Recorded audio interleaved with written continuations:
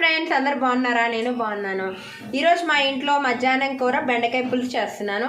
మీరు కూడా అది ఎలా చేస్తారో చూసి మీకు నచ్చితే ఒక లైక్, ఒక సబ్స్క్రైబ్, అలాగే మీ ఇంట్లో కూడా ట్రై చేయండి.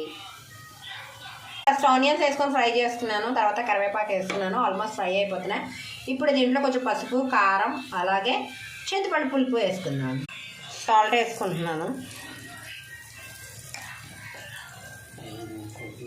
కారం వేసుకుంటున్నాను, పసుపు. ఇప్పుడు బెండకాయలు వేసుకుందాం.